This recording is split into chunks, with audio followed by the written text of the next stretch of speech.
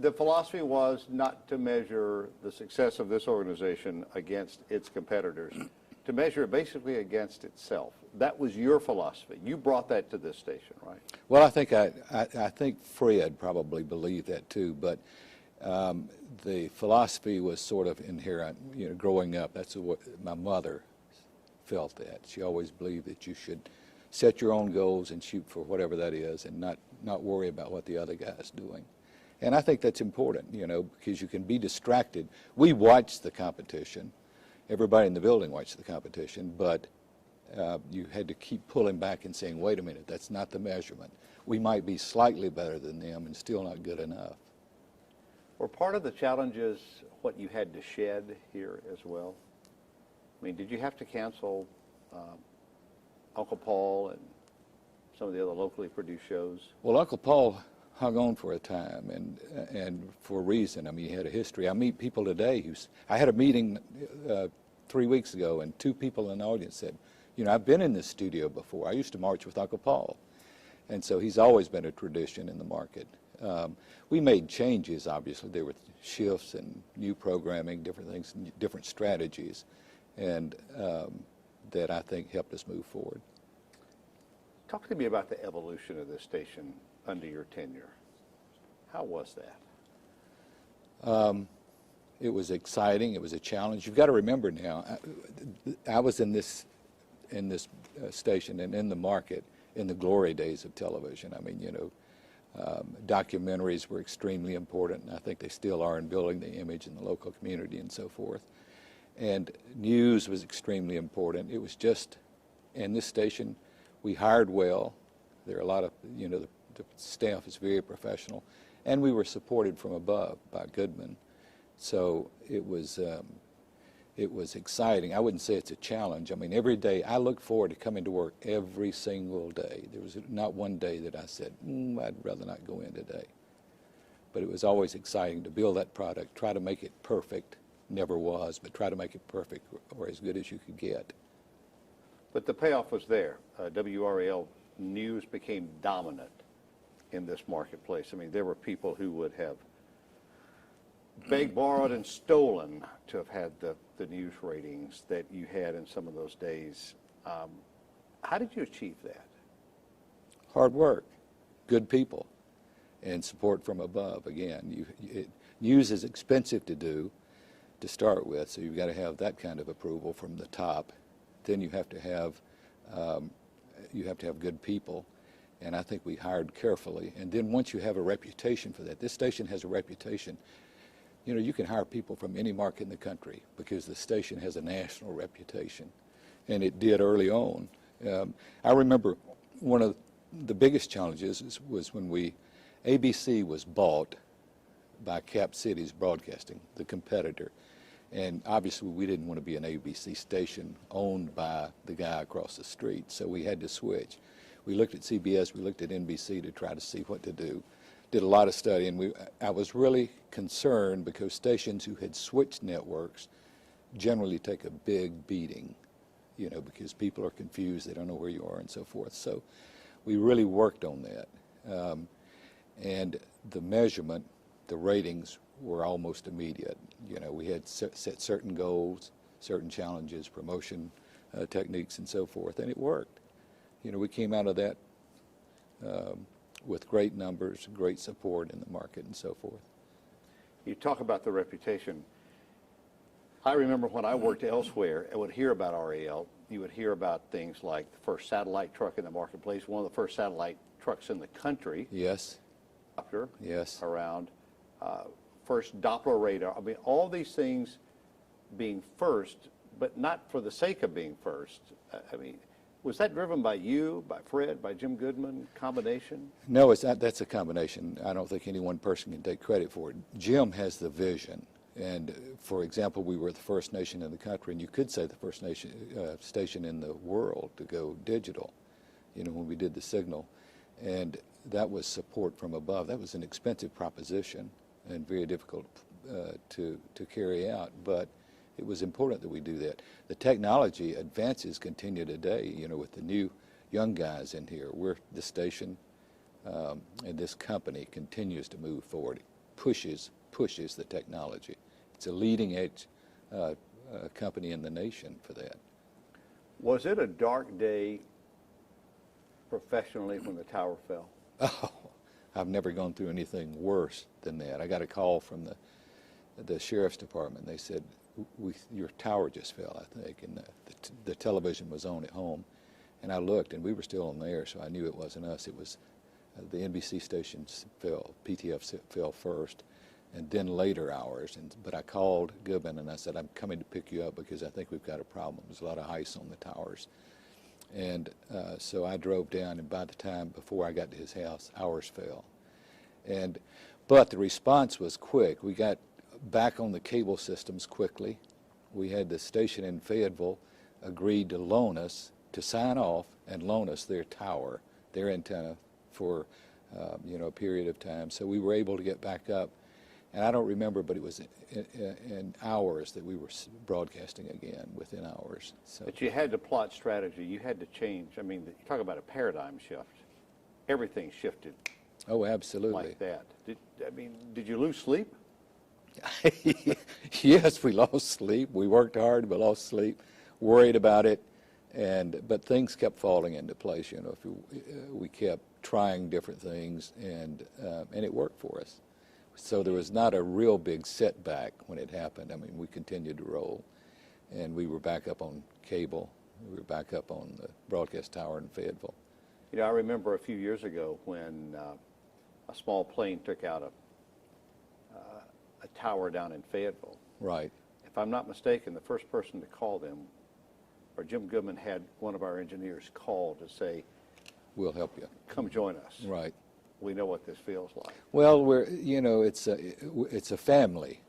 Broadcasting is a family. It's a small universe. We know each other, and we've worked together. They helped us when our tower fell, so we helped them when their tower went down. We actually own that tower, and so we had to get that one back up too. So we've been in the tower business. We've had to reconstruct two, and then we built a new DTV tower.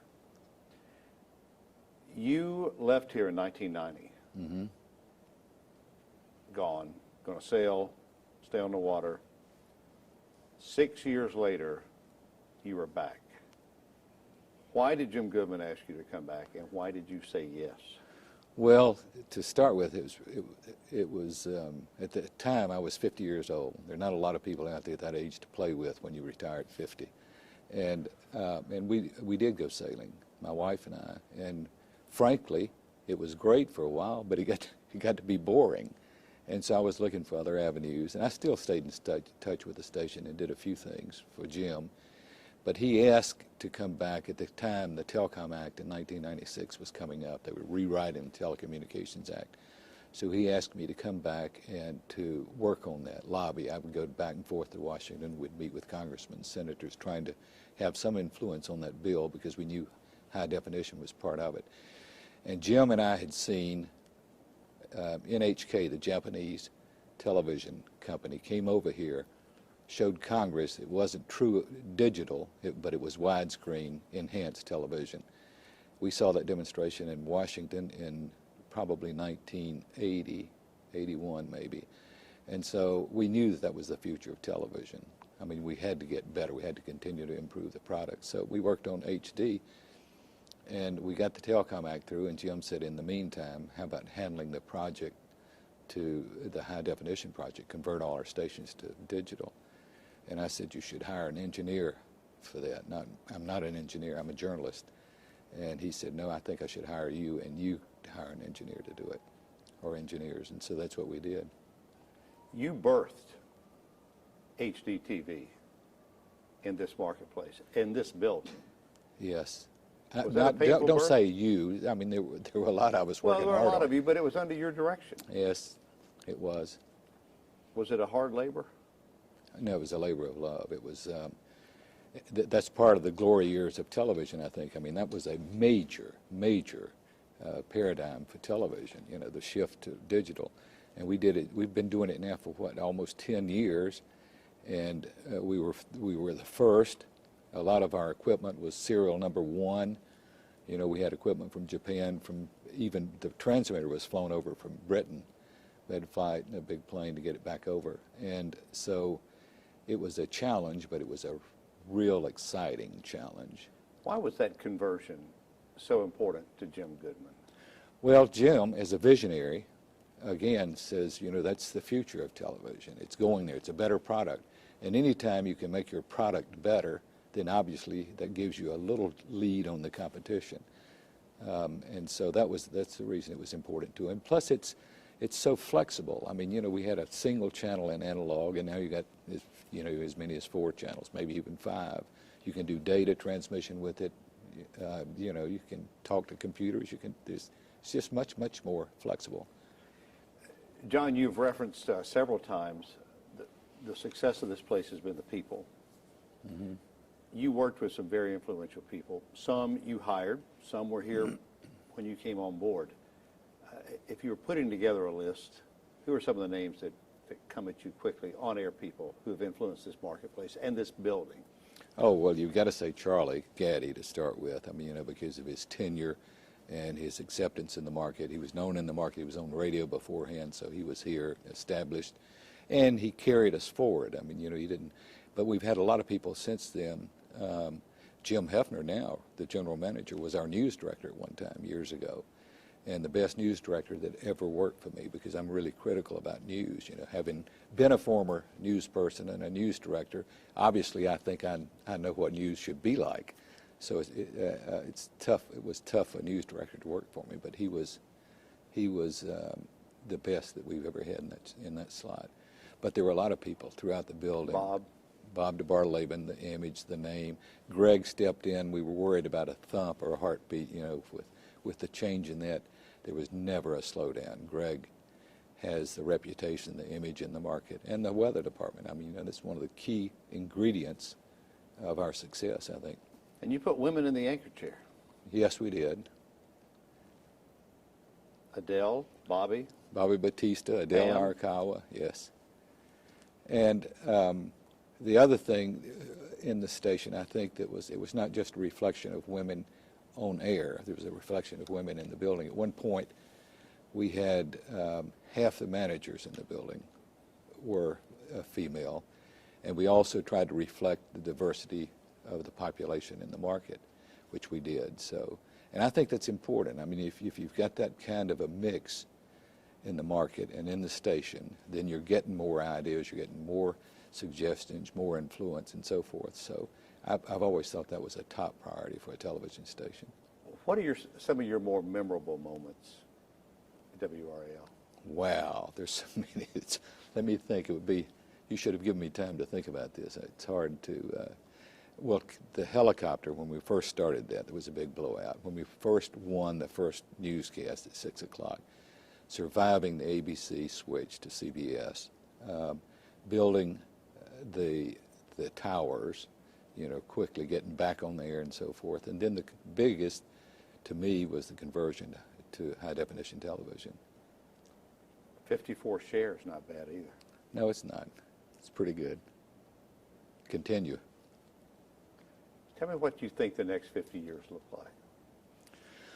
Well, there's so much, you know, one of the nice things about the glory days that I was talking about when I was involved is that the competition was less. Now everybody's shooting at you, you know, the networks, I mean, they are looking at the realignment of how to reach the consumer.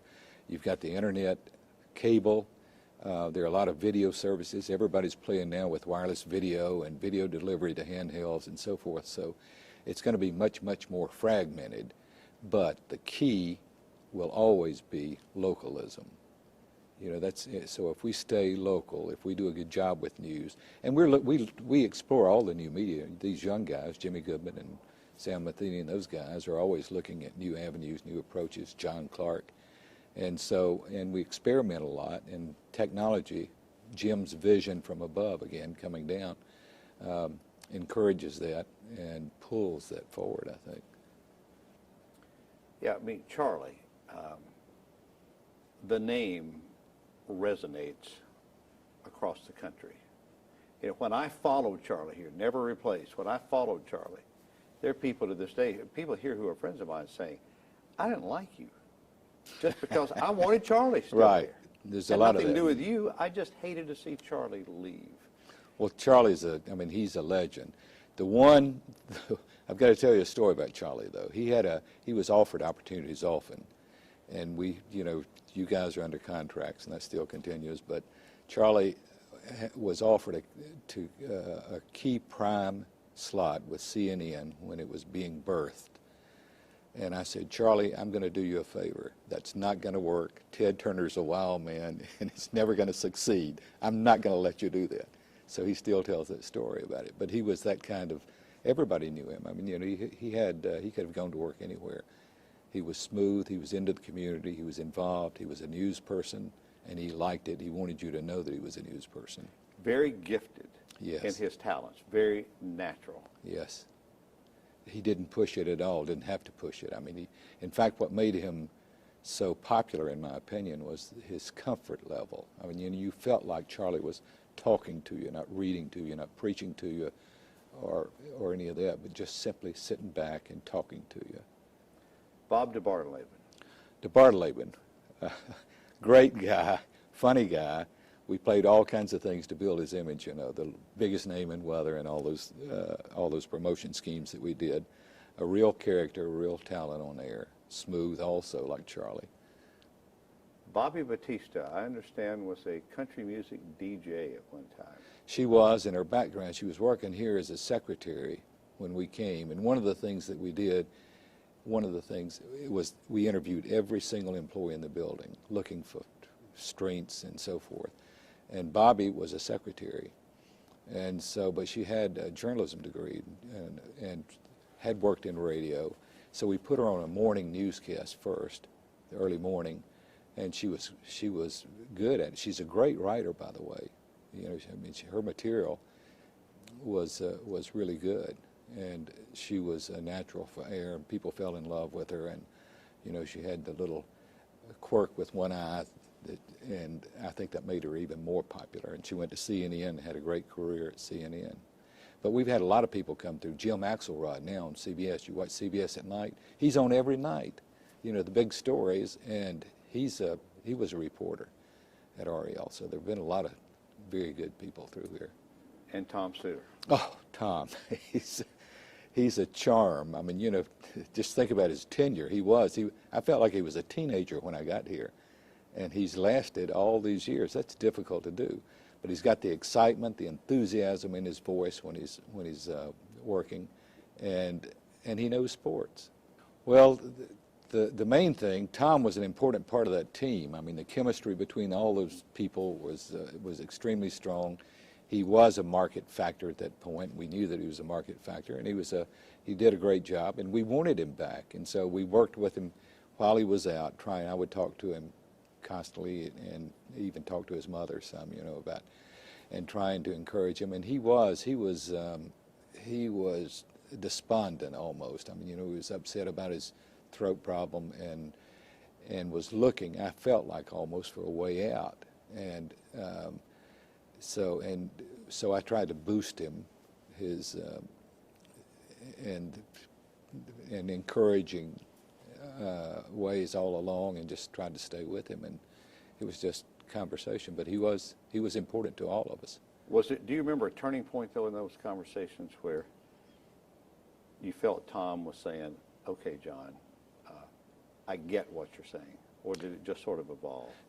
Well, a lot of it evolved, but I remember him saying, I mean, Tom, when you talk to him, Tom tells you what he thinks. I mean, he's going to say what he thinks. And so I knew when the turning point came, it was emphatic. He agreed to come back. He said, I'll come back and try it.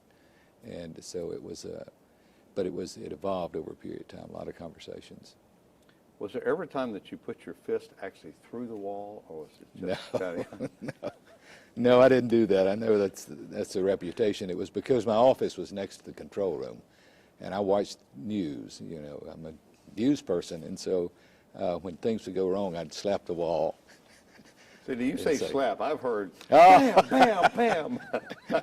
Oh, I'm not sure that's a good technique, but John, there have been people who I've worked with in other parts of the country who said to me, why have you stayed in Raleigh as long as you have. And the thing I try to tell people is it's so experiential. You have to work here to understand what this place is. It truly is unique. Well, the best explanation of that is look at the number of people who leave and come back. Jim Hefner, for example. But, John Green, for example. Yes, but I didn't go to another station. But people leave looking for something else, and they don't get it in another station, and so they come back. And the station's been like that for a long, long time. And it is, I believe, you want to qualify this maybe, but I believe that it's the best television station in the country. I'm talking about all the influences, the vision, the staff, the professionalism, the technology, and all that. You put it all together. When I travel, I always look at newscasts. I'm a news person, or a former news person, and that's the main thing I'll judge a station on. And this station, you know, there might be stations that are close to us, but I think the station is still the best television station in the country. Once a news person, always a news person. That's absolutely right. Can't get out of it.